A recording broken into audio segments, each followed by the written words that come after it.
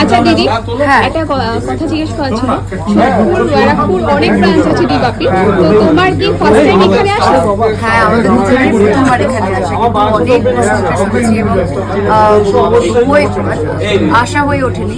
কিন্তু আজকে আমরা ফুল প্রিপেয়ার ছিলাম। কালকে রাতেরই কথা হচ্ছিল যে আমরা গোটা টিম মিলে ডি বাপি থেকে বিরিয়ানি খাবো।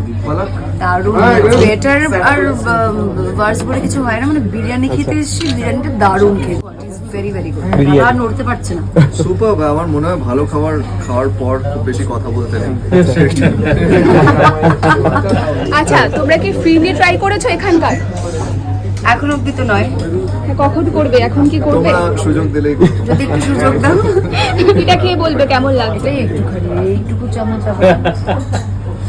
দিদি, এবার তুমি একটু বাইট দিয়ে বলো কেমন লাগছে।